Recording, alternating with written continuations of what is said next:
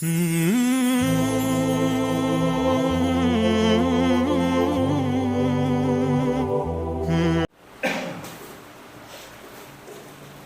mana keburu eta.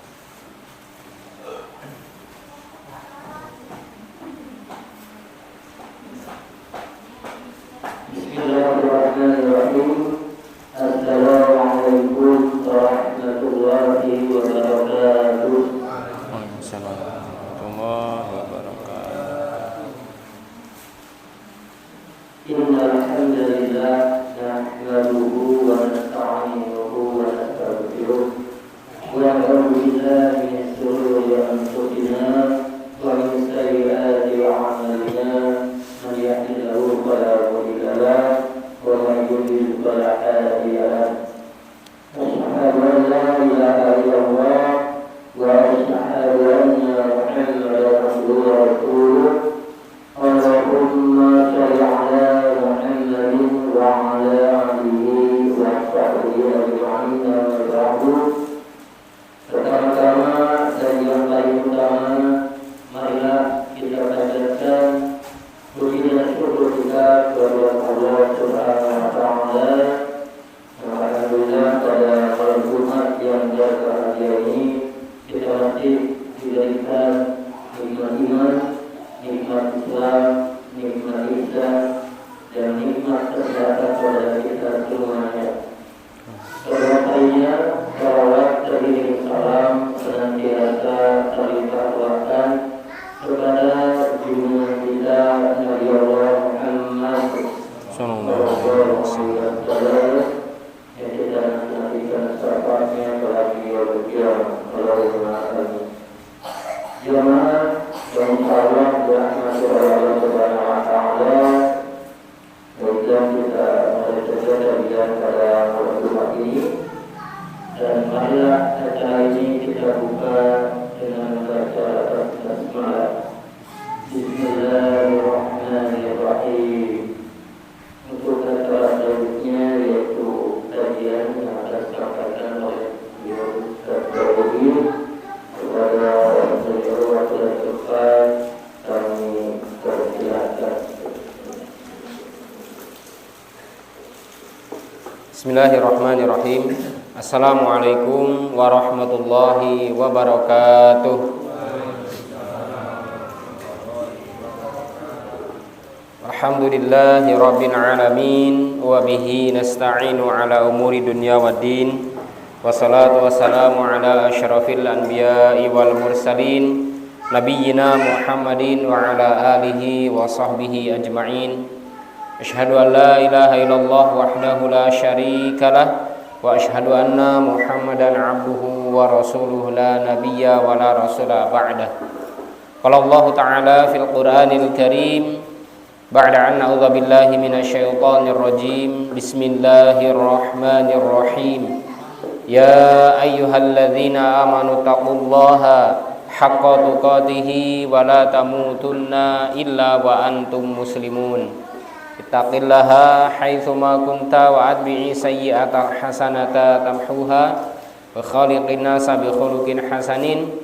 Subhanaka la ilma lana illa ma 'allamtana innaka antal alimul hakim.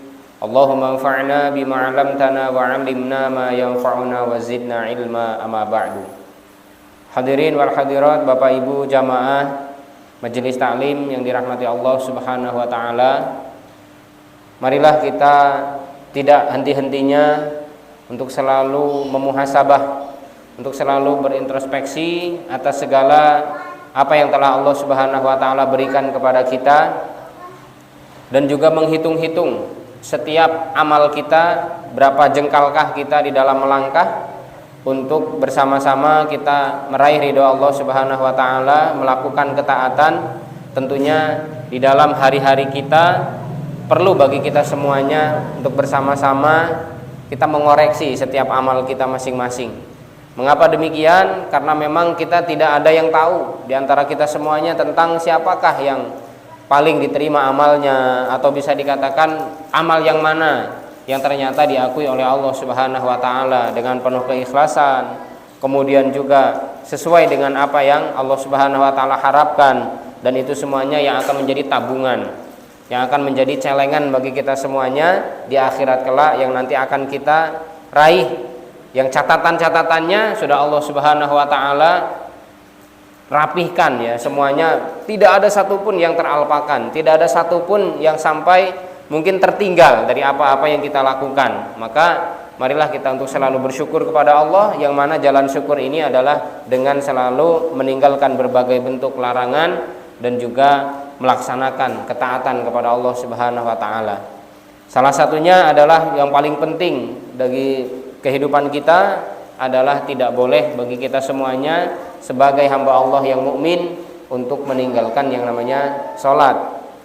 Karena memang bagi orang beriman sholat ini adalah sebuah ketetapan yang sangat baku dari Allah Subhanahu wa taala. Dan itu adalah sebagai ciri khas bagaimana keimanan seseorang ini ditentukan, salah satunya adalah yaitu dengan sholatnya. Bainar rajuli wal kufri tarkas sholatin. Pembeda antara orang beriman dengan orang yang kufur kepada Allah Subhanahu wa taala tarkus sholat, yaitu meninggalkan sholatnya.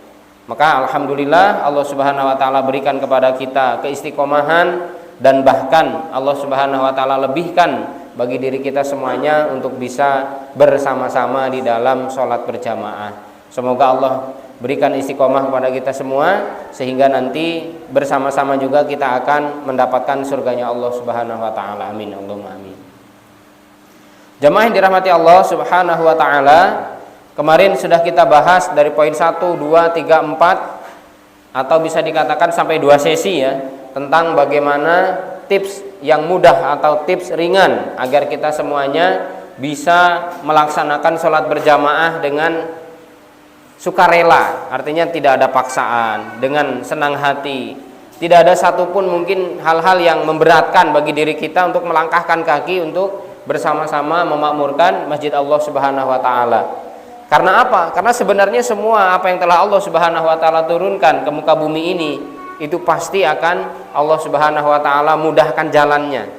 Asalkan kita ingin dan juga kita ini semuanya serius di dalam menapaki dari jalan tersebut. Salah satunya adalah ketika kita ingin tentram di dalam kehidupan kita, maka tidak lupa untuk selalu beribadah. Nah, termasuk di dalamnya ada bonus yang Allah Subhanahu wa taala berikan. Salah satunya adalah melalui sholat berjamaah. Nah, 4 poin yang sudah kita bahas, mudah-mudahan itu juga sudah menjadi pegangan bagi kita, menjadi bekal bagi kita semuanya. Tinggal kita lanjutkan malam hari ini. Di poin selanjutnya adalah sesuatu hal yang bisa meringankan langkah kaki. Karena sebenarnya langkah kaki kita ini tidak ada satupun yang secara fisiknya berat. Semuanya standar.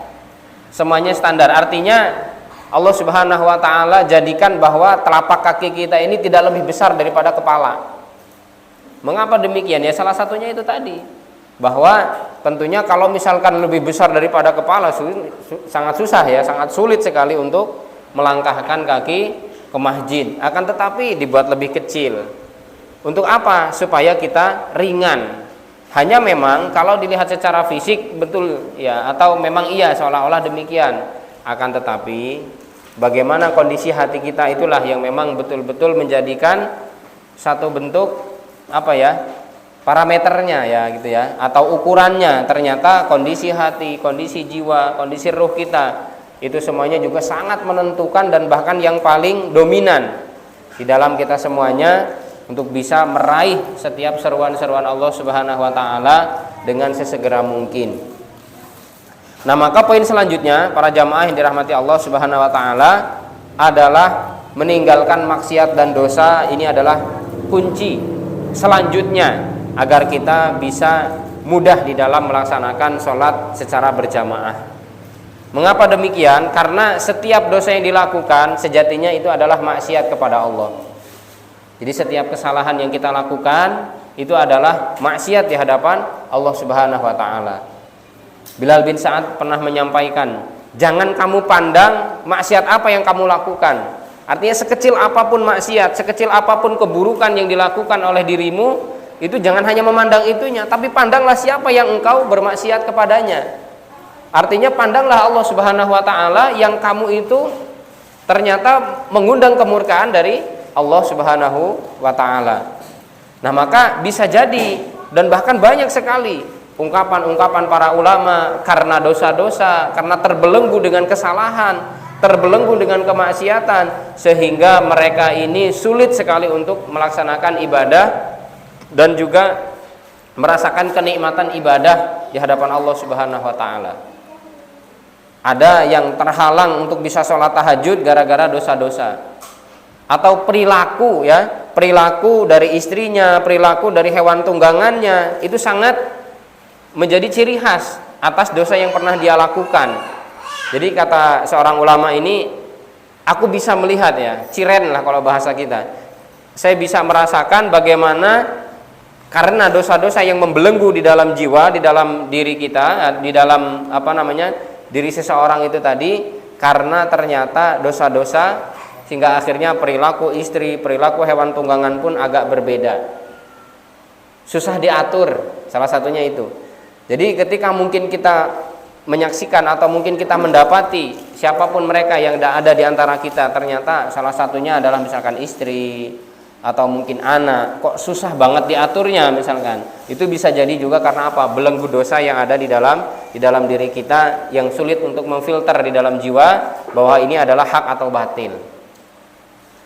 Suatu ketika Imam Syafi'i pernah mengadukan buruknya hafalan. Syakautu ila Waqi' su'a hifdzi.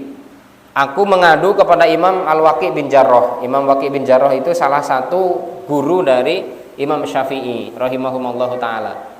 Aku mengadu karena hafalanku buruk. Karena Imam Syafi'i itu, Bapak Ibu sekalian, para jamaah yang dirahmati Allah, beliau itu kalau hafalan, saking cerdasnya Imam Syafi'i ya, ketika menghafal satu halaman sebelah kiri misalkan, terlihat halaman sebelah kanan itu kehafal, ikut terhafal semuanya. Padahal fokusnya pengen yang kiri dulu, tapi karena ini kelirik, bisa dihafal itu. Itu saking hebatnya, saking cerdasnya hafalan Imam Syafi'i. Akan tetapi ternyata ketika ada mungkin rasa di dalam dirinya, kok saya ini kok kurang nyaman ya di dalam hafalan saya, banyak mungkin lupanya, banyak sekali hal-hal yang mengganjal di dalam pengetahuannya, di dalam hafalannya tadi, maka mengadulah kepada gurunya. Jadi kalau ada guru gampang para jamaah sekalian, kita tanya saja, kenapa ya saya kok hati saya akhir-akhir ini gusar, gundah, galau misalkan seperti itu. Silakan disampaikan. Maka sama dengan Imam Syafi'i tadi mengadu kepada gurunya, maka fa'arsyadani litarkil ma'asi. Maka Imam Waqi' bin Jarrah hanya menunjukiku, hanya menyarankan kepadaku untuk meninggalkan yang namanya maksiat. Lalu kemudian Imam Waqi' bin Jarrah juga menyampaikan bahwa, dan beliau juga menyampaikan al-ilmu nur, bahwasanya ilmu itu adalah cahaya. Termasuk kita nikmatnya di dalam sholat berjamaah kok kemudian hilang, atau mungkin rasa-rasa kita ingin semangat lagi untuk sholat berjamaah kok mungkin mulai memudar, mulai hilang, maka banyak-banyak beristighfar. Banyak-banyak beristighfar karena ini solusi paling utama. Karena dengan istighfar kepada Allah, ternyata ini akan menggugurkan, merontokkan setiap dosa-dosa dan kesalahan kita semuanya, Bapak Ibu sekalian. Jadi bukan hanya langsung ya, bukan kemudian sekonyong-konyong atau tiba-tiba kita datang kepada guru kita atau mungkin orang yang memang lebih ahli di dalam hal agama kepada dari diri kita misalkan, akan tetapi istighfar dulu. Astagfirullah, kenapa ya kok saya merasakan kok kayaknya kurang semangat ini pengen baca Quran, kurang semangat untuk ngaji, kurang semangat untuk berthalabul ilmi, kurang semangat ketika sholat berjamaah misalkan. Nah, maka muhasabah kepada diri kita, sehingga kita salahkan pada diri kita, astagfirullah. Dengan kita istighfar kepada Allah, maka akan Allah Subhanahu wa taala ampuni setiap dosa dan kesalahan kita, sehingga tenang kembali. Sehingga kita akan tentram kembali, jiwa kita akan lebih tenang. Karena apa? Karena tadi dosa-dosa itu kalau diibaratkan oleh para ulama, yaitu ibarat karat yang ada di dalam, yang menempel di besi ya. Sehingga bisa sebenarnya dihilangkan, yaitu dengan apa? Salah satunya dengan minta ampun kepada Allah Subhanahu wa taala. Nah, misalkan kalau kita sudah banyak-banyak beristighfar, kemudian juga kita sudah banyak-banyak memohon ampun kepada Allah Subhanahu wa taala, akan tetapi rasa-rasa itu masih selalu menghantui di dalam diri kita misalkan. maka terus kita kuatkan istighfarnya tadi, kemudian baru minta solusi. Ini kenapa ya kok saya seperti ini? Apa yang terjadi gitu. Maka dengan kita selalu hidup dengan berjamaah, pasti akan Allah Subhanahu wa taala berikan solusi kepada setiap permasalahan yang melanda kepada kehidupan kita semua. Artinya Bapak Ibu sekalian, ketika kita memiliki masalah, dahulukan dulu Allah Subhanahu wa taala, baru kemudian kita ngomong, curhat. Karena terkadang apa yang menjadi masalah dalam diri kita curhatkan. Salah satunya ini tadi, kenapa kok saya ini sekarang kok agak susah ya untuk sholat berjamaah. Jadi jangan memandang kepada yang lain karena kesibukan, mengkambing hitamkan pekerjaan misalkan ya, mengkambing hitamkan keluarga, baik itu mungkin anak, istri, sehingga semuanya seolah-olah jadi alasan. Akan tetapi coba kita cross check kepada diri kita. Oh berarti ini mungkin saya banyak salahnya kepada Allah, sehingga apa? Nggak dipanggil lagi sama Allah. Karena sebenarnya sholat jamaah ini panggilan jiwa para jamaah sekalian. Kita sholat berjamaah memakmurkan masjid itu adalah bagian dari panggilan jiwa. Sehingga kalau jiwanya bersih, pasti dia akan bersama-sama dengan kaum muslimin yang lain. Karena apa? Al-arwah junudun mujannadah. Bahwa ruh-ruh itu akan berkoloni sesuai dengan kecenderungannya. Jadi ruh-ruh, terutama orang-orang beriman, pasti akan berkumpul dengan circle-nya. Circle-nya itu dengan komunitasnya. Mereka-mereka adalah orang-orang yang beriman. Maka beruntunglah kita yang selalu Allah panggil, yang pendengarannya selalu Allah Subhanahu wa taala jadikan selalu merespon setiap ajakan-ajakan kebaikan. Suara azan itu menjadi satu sirine bagi kita semuanya untuk bersama-sama bergegas meraih ridho Allah, meraih ampunan dari Allah Subhanahu wa taala. Karena apa? Karena memang ini yang paling ditakuti oleh setan. Lafaz Allah di dalam azan, di dalam iqamah ini yang paling dibenci oleh setan. Sehingga dia berusaha bagaimana caranya lari sehingga jangan sampai terdengar suara azan itu tadi, karena saking sakitnya dia ketika terpukul dengan yang namanya bacaan Allah itu tadi. Ya baik itu Allahu Akbar ya, atau mungkin lafzul jalalah yang lainnya. Keluarga jamaah yang dirahmati Allah Subhanahu wa taala, termasuk di sini disampaikan dalam surah Ar-Rum di ayat yang ke-41. Yang kata Allah Subhanahu wa taala, "Zaharal fasadu fil barri wal bahri bima kasabat aydin nas." Telah nampak kerusakan yang ada di darat maupun di laut itu karena ulah dan tangan manusia itu sendiri. Mengapa demikian? Termasuk kerusakan ini bukan hanya kerusakan secara fisik. Kalau kita lihat bagaimana illegal logging, mungkin itu yang bisa ditangkap ya oleh akal kita. Illegal logging atau bisa dikatakan penebangan hutan secara liar sehingga kemudian menyebabkan bencana dan yang lainnya. Termasuk juga pengoboman di dasar laut misalkan ya, yang akhirnya merusak semua biota yang ada di dasar laut. Bukan hanya itu sebenarnya, termasuk di dalamnya adalah kerusakan mental. Termasuk di dalamnya adalah kerusakan mental. Maka maksiat yang paling besar, khususnya ada hubungannya dengan mengapa dia kok terhalang melaksanakan sholat berjamaah, salah satunya adalah bagi mereka-mereka yang masih tertutup hatinya karena kesombongan. Kesombongan itu apa Bapak Ibu sekalian? Batarul haq wa ghamtun nas. Menolak kebenaran dan meremehkan manusia.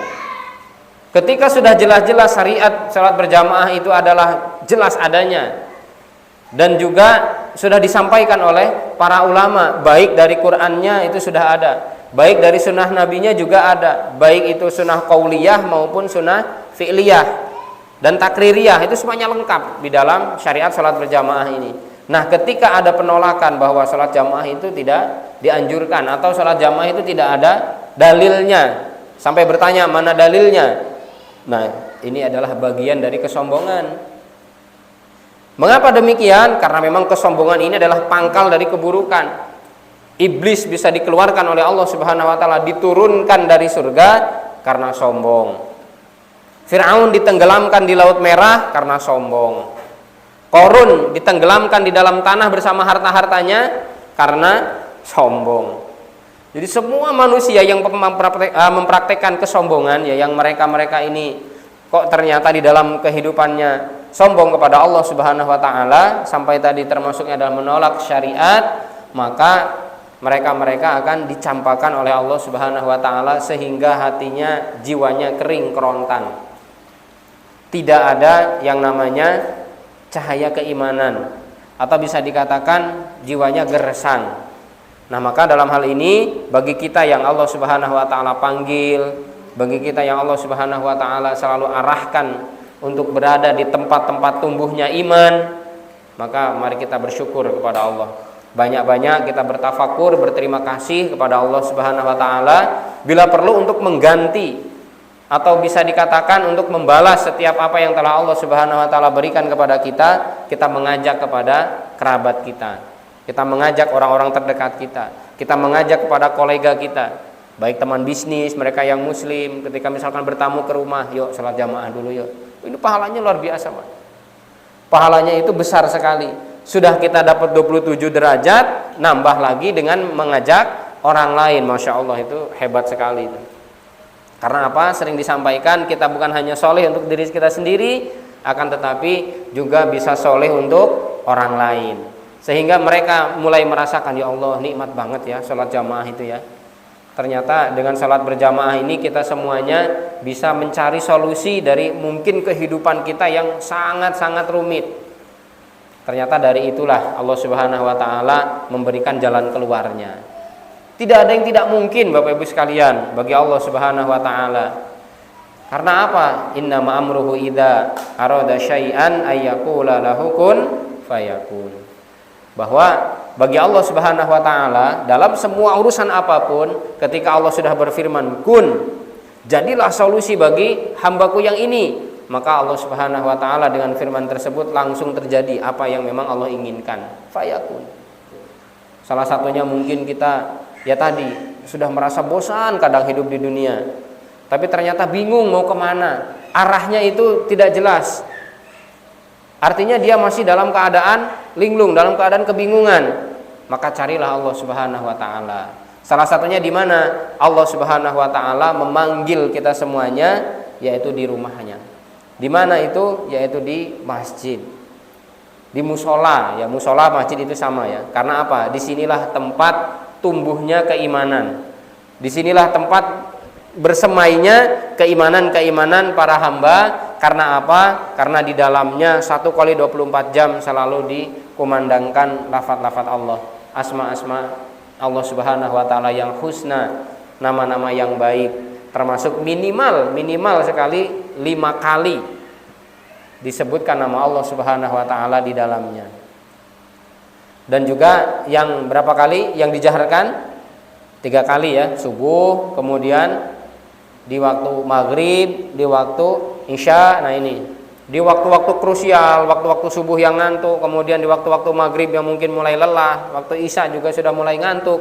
Akan tetapi Allah Subhanahu wa taala syariatkan dengan sholat berjamaah, suaranya dikeraskan, menjadikan ketenangan kepada diri kita. Coba bayangkan Bapak Ibu sekalian, kalau kita terus dalami, kalau kita perdalam dari apa yang telah Allah Subhanahu wa taala turunkan berupa syariat, salah satunya sholat berjamaah, itu Masya Allah dalam sekali maknanya.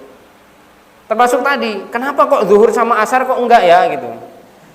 Kok yang dikeraskan itu adalah sholat subuh, sholat maghrib, dan juga sholat isya. Ya, itu sudah tuntunannya memang seperti itu. Tapi ada hikmahnya tadi. Ya ketika subuh itu kan dalam keadaan ngantuk kita juga, dipaksa untuk bangun, dipaksa untuk membuka mata kita, kemudian menghadiri yang namanya majelis yang paling mulia, yaitu sholat berjamaah. Nah disitulah kita akan merasakan nuansa keimanan yang betul-betul menguat di dalam jiwa kita semua. Bapak Ibu jamaah yang dirahmati Allah Subhanahu wa taala, maka kembali kepada bagaimana maksiat, bagaimana dosa-dosa, kesalahan-kesalahan yang dilakukan oleh setiap hamba, inilah yang akan membelenggu, yang akan mencegat, atau yang akan mengekang setiap ketaatan yang akan dilakukan. Itu sulit untuk dilakukan. Karena apa? Karena ternyata dia masih memiliki beban. Bayangkan gajah, sehebat apapun gajah, ketika kakinya dirantai, diikatkan kepada batu besar, dia juga sulit untuk melangkah.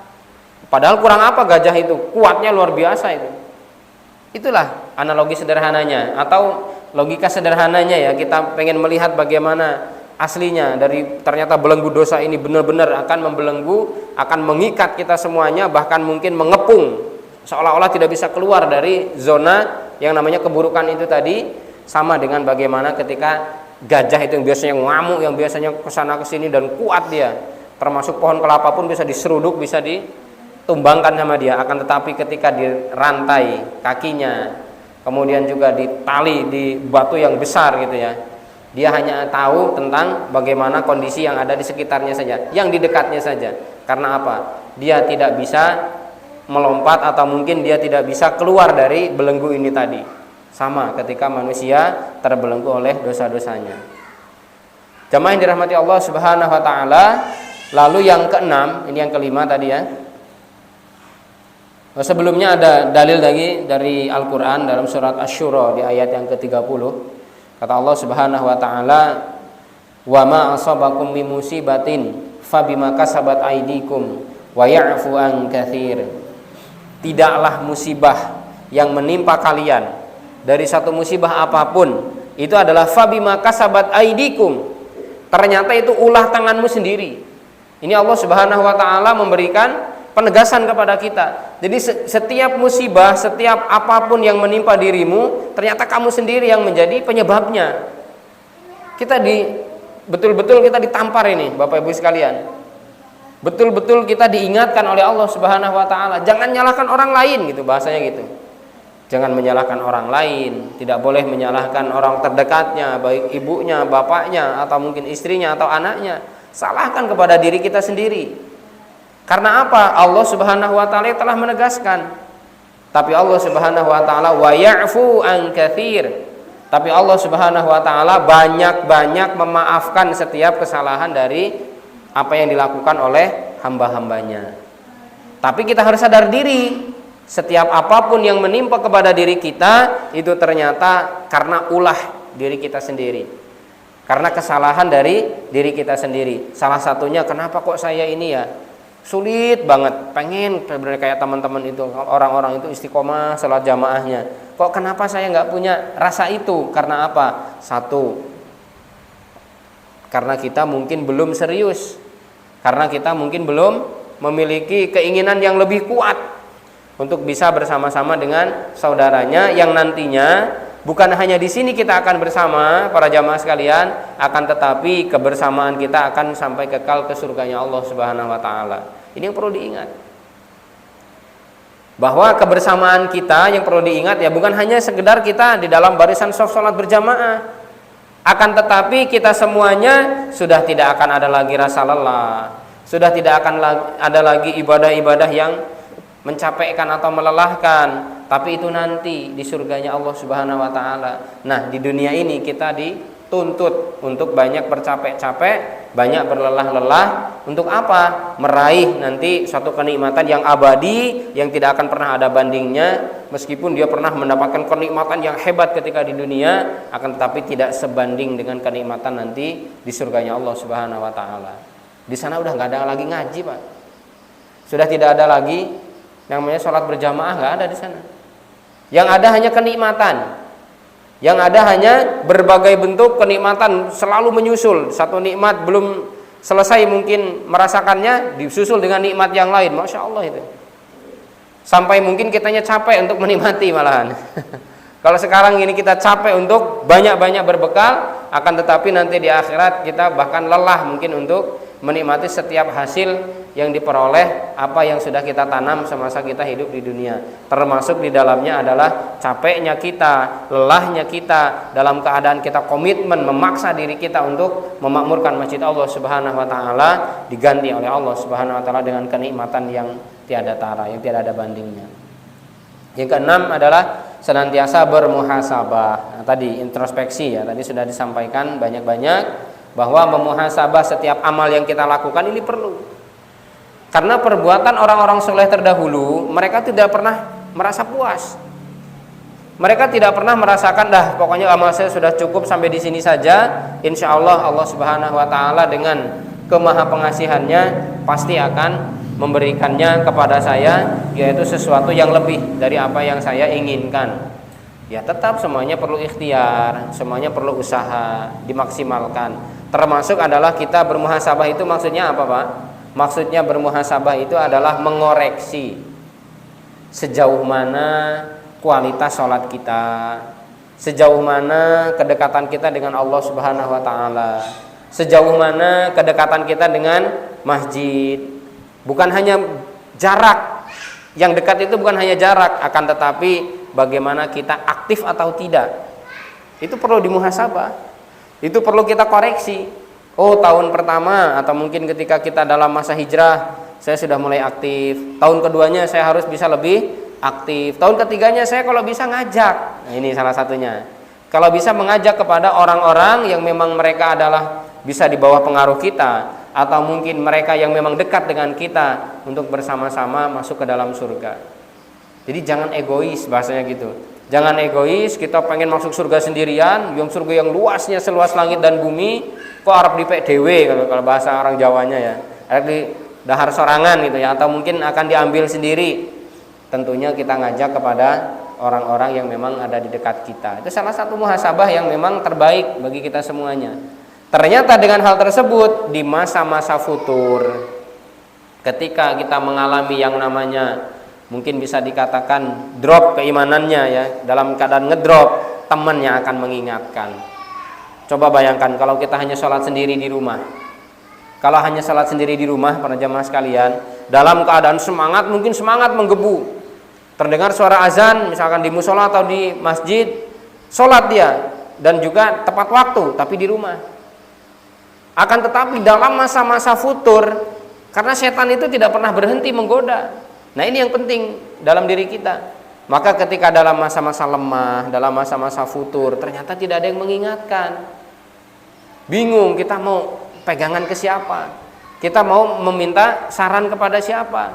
Ketika apa? Ketika ternyata kita hanya menyendiri, kita hanya sendiri atau seorang diri. Maka kalau kita berjamaah, sefutur apapun pasti akan menjadi semangat bagi kita. Di sini ada Kang Dadang, masya Allah. Terima kasih atas kesungguhannya sampai tertatih bawa bawa tongkat pun beliau tetap rela ya untuk meninggalkan rumahnya barang sejenak bersama-sama dengan kita di dalam barisan sholat berjamaah. Ini luar biasa. Pahalanya saya yakin lebih besar daripada kita yang normal.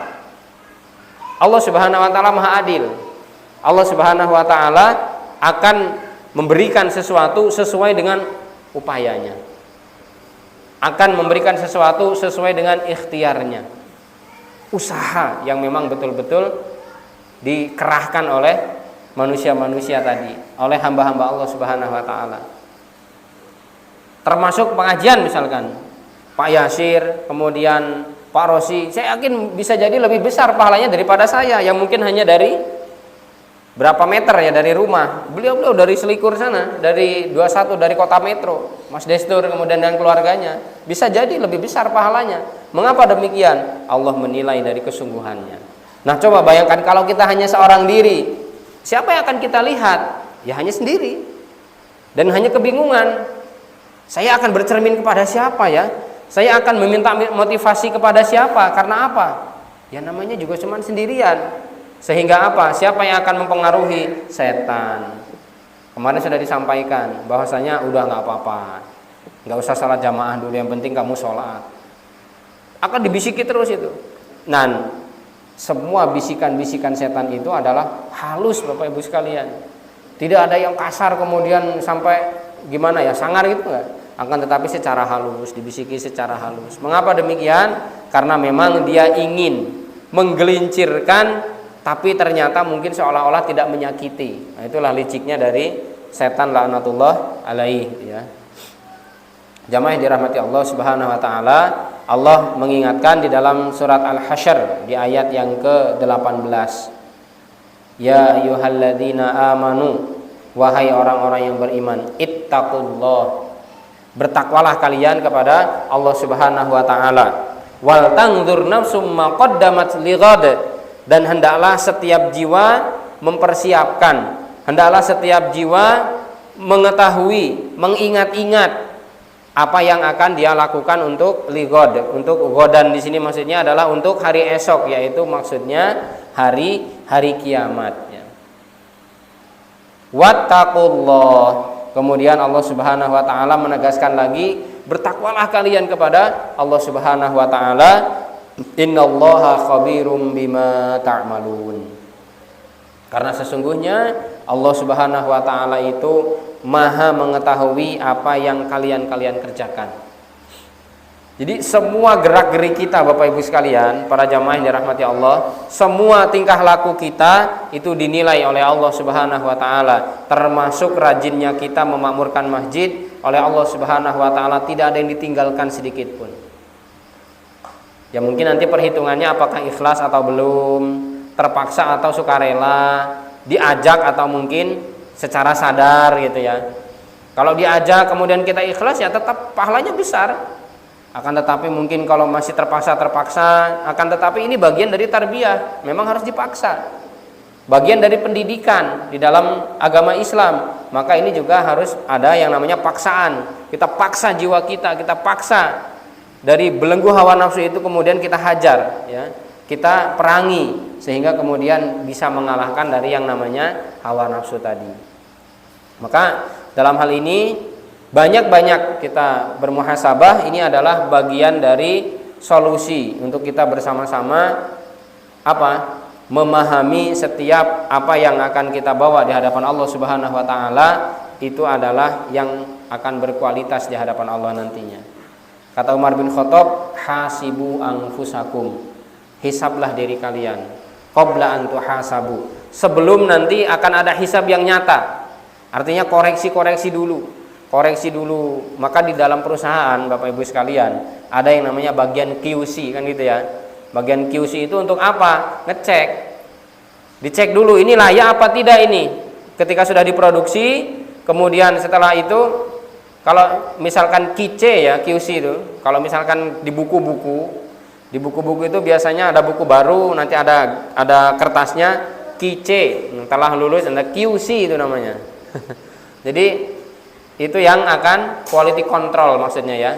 Dikontrol dulu kualitasnya, ini bagus nggak buku ini, atau mungkin ini layak nggak dikeluarkan dari pabrik. Kalau tidak layak berarti misalkan hanya di pasaran lokal. Nah seperti itu. Nah sama, mumpung kita masih hidup di dunia, mumpung kita masih dibekali oleh Allah Subhanahu wa taala umur yang panjang sampai detik ini, maka apa yang disampaikan oleh Sayyidina Umar bin Khattab mari kita indahkan, kita perhatikan. Hasibu anfusakum qabla an tuhasabu. Sebelum Allah Subhanahu wa taala langsung yang menghitung. Sebelum Allah Subhanahu wa taala yang akan menghisabnya, atau artinya yang akan mengoreksi. Oh, ternyata kamu ini kurang ini, kamu ini masih banyak kekurangannya. Nah, maka kita yang harus mengoreksi lebih dulu. Sebelum apa? Dikoreksi, dicross-check oleh orang lain. Ini yang lebih bijak, ini yang lebih elegan ya, lebih hebat ya. Kemudian wazinu anfusakum, dan timbang-timbanglah diri kalian qabla antuzinu, sebelum kalian ini ditimbang dengan tegas itu. Artinya adalah sebelum kalian ini betul-betul diadili dengan caranya Allah Subhanahu wa taala. Fa innahu ahwanu alaikum fil hisabi ghadan. Karena ini lebih ringan. Ini yang lebih memudahkan untuk kamu ketika nanti dihisab di hadapan Allah Subhanahu wa taala, kita sudah siap dengan segalanya. Ketika mungkin kita ini sebagai orang yang nantinya akan melamar pekerjaan di sebuah perusahaan, yang perusahaan ini perusahaan bonafit, perusahaan kelas raksasa, dan ketat sekali di dalam ketika menerima seorang karyawan, maka kalau mau interview itu siapkan dulu apa yang akan kita utarakan, apa yang dia tanyakan itu sudah siap di dalam diri kita. Kalau yang nyogok, bayangkan kalau misalkan dia masuknya adalah dengan sogokan, bingung, nggak bisa jawab apa-apa, tidak punya keterampilan, tidak punya life skill, tidak ada keahlian yang dia miliki. Hanya apa? Masuknya karena ada orang dalam, atau masuknya karena ada memang yang di situ ternyata dia punya kepentingan dan bisa goal, licin misalkan gitu ya. Tapi ternyata ketika ditanya bingung. Nah maka sebelum Allah Subhanahu wa taala menghisab diri kita semuanya, mari kita bermuhasabah. Termasuk adalah seberapa banyak kita meninggalkan sholat berjamaah. Ini juga perlu kita muhasabah.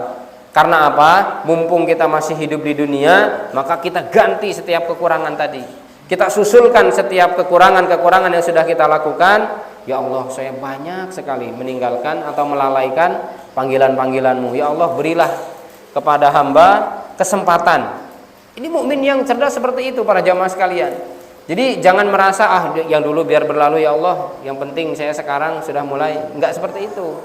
Akan tetapi ada keinginan, ada sebuah motivasi dari dalam diri kita. Ya Allah, saya banyak sekali melalaikan segala bentuk peringatan-peringatan Engkau.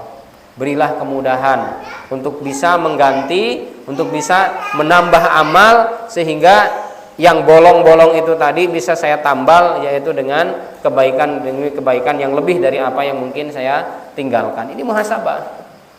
Karena apa? Karena pengadilan Allah Subhanahu wa taala itu pasti akan terjadi. Kemudian antuhasabu anfusakum al-yauma wa tuzayyanu lil ardi al akbar, ya, agar kalian menghisab atau kalian menghitung-hitung semua amalmu, dirimu, yang mana hari ini ada kesempatan untuk itu, dan juga kamu menimbang-nimbang apa yang memang sudah kamu lakukan sebelum nanti ketika ada yang namanya lil ardil akbar, ketika Allah Subhanahu wa taala mengumpulkan di dalam sebuah peristiwa yang besar, menghadap Allah Subhanahu wa taala pada hari kiamat, yaitu menunggu atau menanti setiap hisab yang Allah Subhanahu wa taala lakukan kepada hamba-hamba Allah semuanya tanpa terkecuali. Yauma idzin tu'raduna la tukhfi minkum khafiyah, yang mana pada hari itu tidak ada satupun yang akan terlewati oleh Allah Subhanahu wa taala, semuanya akan dihitung, semuanya akan dikoreksi oleh Allah Subhanahu wa taala.